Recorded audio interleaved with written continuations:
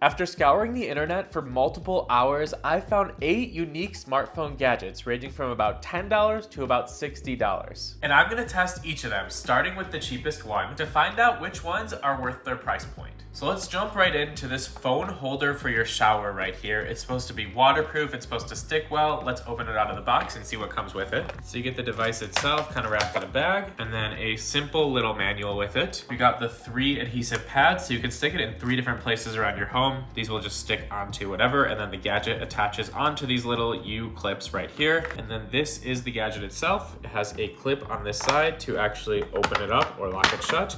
Put your phone in, close it back up, and then you should be able to tap through this, I guess. So let's go to the bathroom and try this one out. So step number 1, we're gonna take the adhesive off of this little clip right here, pulling that off. And then let's stick it onto our wall with that U shape facing upwards right here. And then step number 2, we just put this onto it looks like. So it kind of just clips on, I think, this direction. Apparently you can rotate it 360 degrees around, so you can watch vertically or horizontally, which is definitely super nice. Stays on there nice and well. I will open this up and let's get a phone inside of it. So opens just enough. I kind of wish it opened a little wider, but should be totally fine to get a phone into there. We'll put a phone in just like this. And this is the newest iPhone 15 Pro Max, so it will fit up to that apparently with a case on it. Close it, lock it shut, and it's holding there super nicely actually. So can we touch the screen? Yep, we can touch the screen. We can turn on the flashlight, go to the camera of it. It's all working actually super well to touch it right there. All right, so now I have the phone vertically. I'm gonna see if I can type on this pretty well. So let's just go ahead and try it.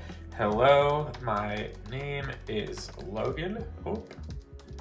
So I did have one typo in there, but honestly, it's pretty easy to use. You have to go a little bit slower than you normally would, but texting is good when it's dry, but how about when it's wet? Let's actually get the device in a shower condition.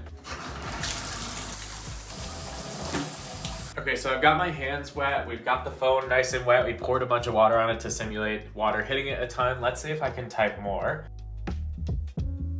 So yeah, I mean, I tried to say, now my hands are wet and it still works. I had 1 or 2 typos in there, but I was going pretty quick. So for the most part, I'd say it's working super well. For one final test, how does the sound through it? Drink directly from the straw. The filter inside removes bacteria, microplastics, and more. So you can't change the sound while it's actually in the device. I don't think I see a way to do that, but in terms of the sound quality, it sounds great through it. You can touch through it even when it's super wet. Honestly, I'd say the first one's a success. This one's definitely worth the money. Product number 2 is gonna be this TikTok remote that connects to your phone. You can actually do a whole bunch of different things with it. So let's open it up, check it out, and see all the capabilities. So inside the box, we've got a charging cord for it. It looks like a lanyard in case you want to put it onto something maybe, and then the actual device itself with a whole bunch of different buttons. So on the actual remote, it looks like it charges by USB-C on the bottom, and then the only other button on the side is the power button, which after clicking it, it looks like that blue light starts to flash so you can connect it to your Bluetooth for your phone. So for the first test of it, we're gonna just see if it can scroll TikTok properly, which is supposed to do with the up and down buttons. So let's give that a shot. All right, let's click that down button maybe. That is not working. Up and down don't seem to be doing anything. Left and right. Also don't seem to be doing anything. Double tapping them. I'm not getting any sort of scroll in TikTok here. Let's try the middle button. It's supposed to, if you double tap, like the video. So double tapping that. It's also supposed to play pause with that middle button, and I'm not having success with that either, unfortunately. So far, no luck at all with TikTok, which is advertised as a TikTok remote, so this is not off to a very good start. Apparently, holding down the right button can go to your home screen, so let's try that one. And it looks like that was a success, so holding down the right button did work, and then apparently holding down the left button will lock your phone. So holding that down, and it looks like our phone did lock, so those are working outside of the TikTok app. There are a few more things the remote can do, so if you hold down the up button there, you can see that the volume is actually changing as I hold that down. Doesn't increase very quickly though. I have to hold this for like 30 seconds to get to max volume, and 30 more seconds to go all the way back down to 0 volume if I wanted to. And then for one final thing it can do, you can click the photo button on this right here to either start a video or a photo. So if I just try that, you can see that it does take that photo there. So It's working for everything besides what it's advertised to work for, which is super weird to me. Honestly, I'm gonna have to say, guys, this one's a failure. Do not get this one. It's not worth your money. Product number 3 is this charger cable that's like a 6-in-1 charger apparently, and it can fit on your keychain. Let's get this one out of the box. Let's see what it comes with.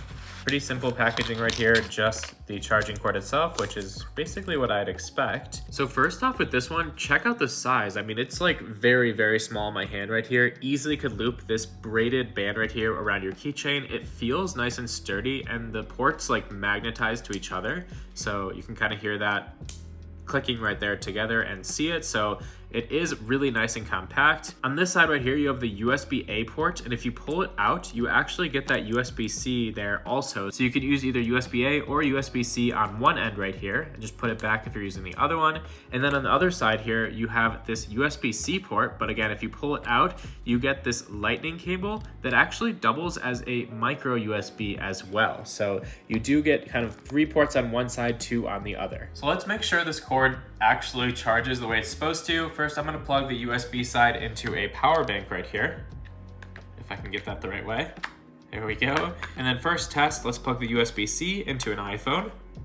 And we are definitely charging. That cord is for sure working with that. Next up, let's slide out that second end and grab a lightning cable out of it and plug that into the AirPods case.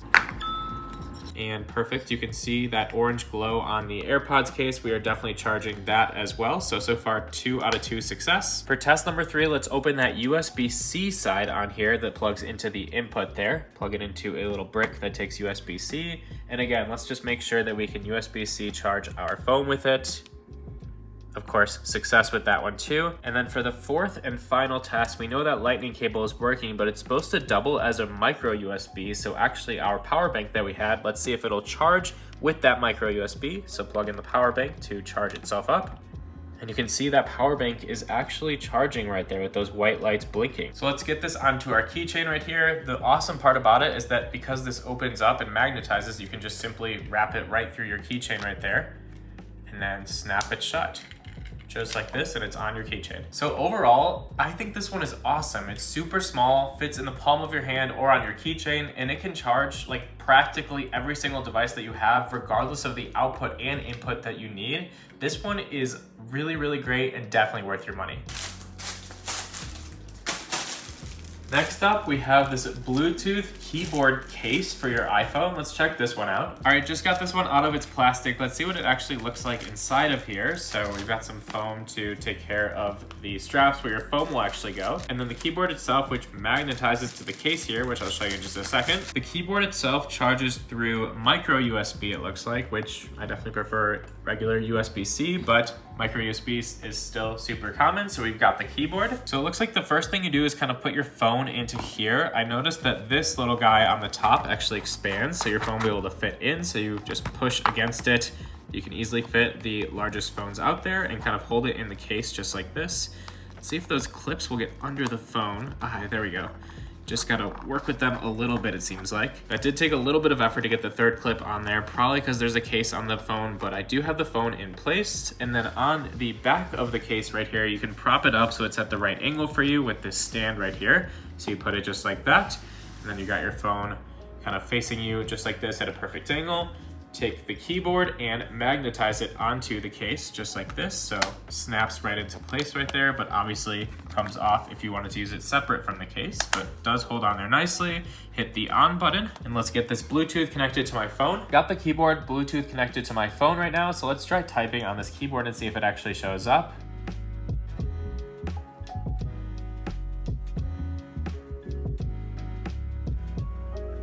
All right, so as you saw when I was typing that, I did have a few typos. I'm not used to a keyboard that's like super, super small like this, and the question mark was in a weird placement too on the actual keyboard. I think if you practice with this enough, you can kind of get this to be a little bit faster. And then you can also bring the keyboard with you on the go, so you can easily kind of just carry it with you, bring it in your backpack or whatever. If you want to bring the whole thing, it also all just kind of folds up together just like this, phone, keyboard and all. take the strap and put it over the top, and then you can easily bring this with you. So overall, is this worth your money? For me personally, I can type pretty fast on my iPhone, and honestly, I had to type slower on the keyboard than I do on my phone.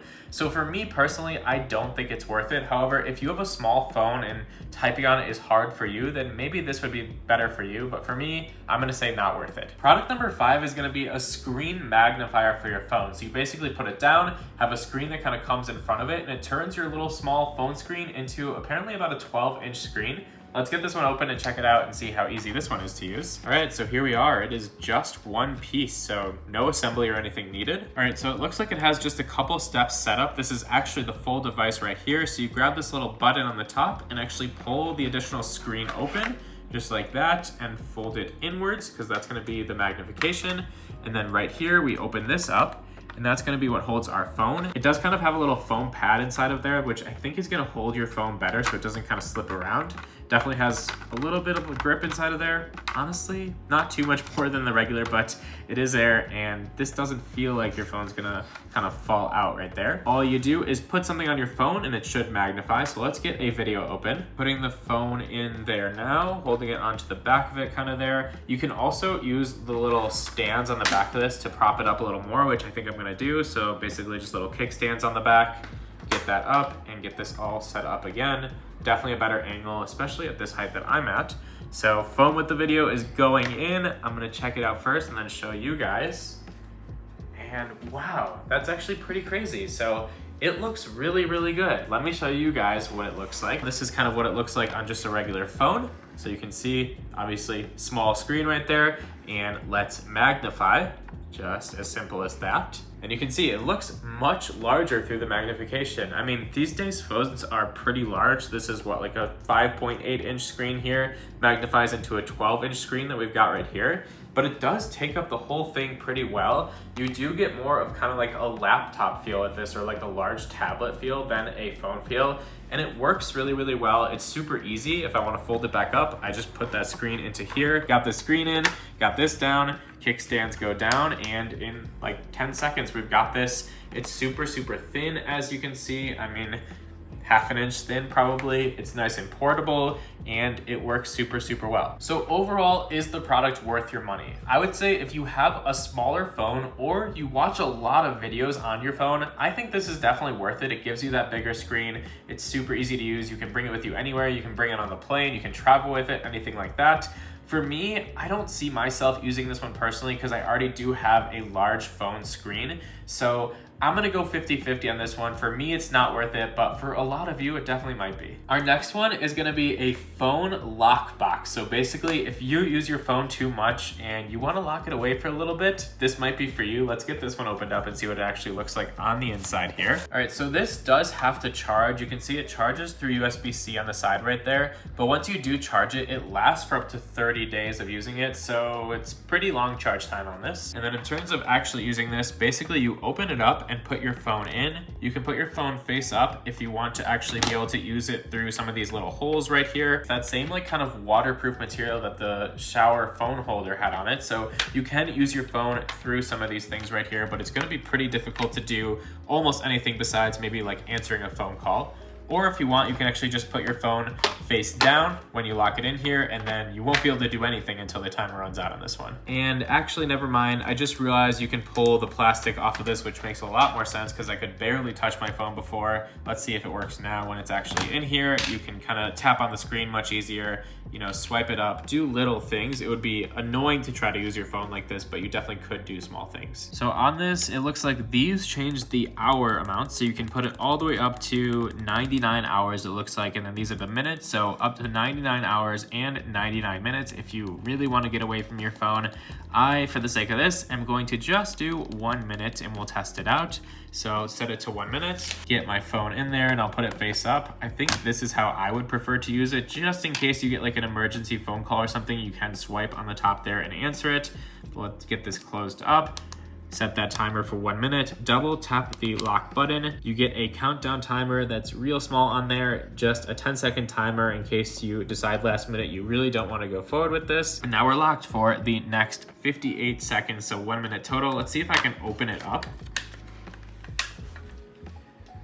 if I wanted to break this open, you can kind of see that like this plastic pulls a little bit. So if I pulled this 2 or 3 times harder, I would definitely be snapping the plastic off of this. So in an absolute emergency, you could definitely get this open if you need to, but it'll break the device. But for the most part, this is pretty locked. You can tap on the screen.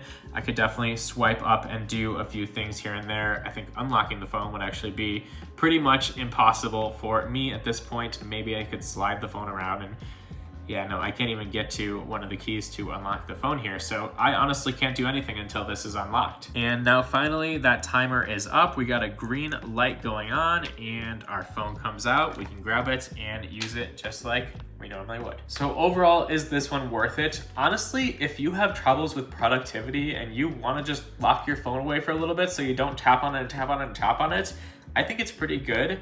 I'm gonna say this one is worth your money because little things to make better productivity are almost always worth it. Product number 7 is gonna be this wireless charging mouse pad. Apparently it can charge basically the whole mouse pad at the same time, so you can charge multiple devices. I'm really curious about this one. I'm super excited for it because I often have my phone at my desk not charging, but let's get this one out of the box and see if we need to assemble anything with it. And no, it looks like it just comes with a cord to actually plug it in, which totally makes sense. And then the actual wireless charging pad itself plugs in right there through USB-C. And then one thing I'm noticing immediately is I thought the whole mouse pad was gonna be wireless charging. It looks like it is only this slight area on the side right here.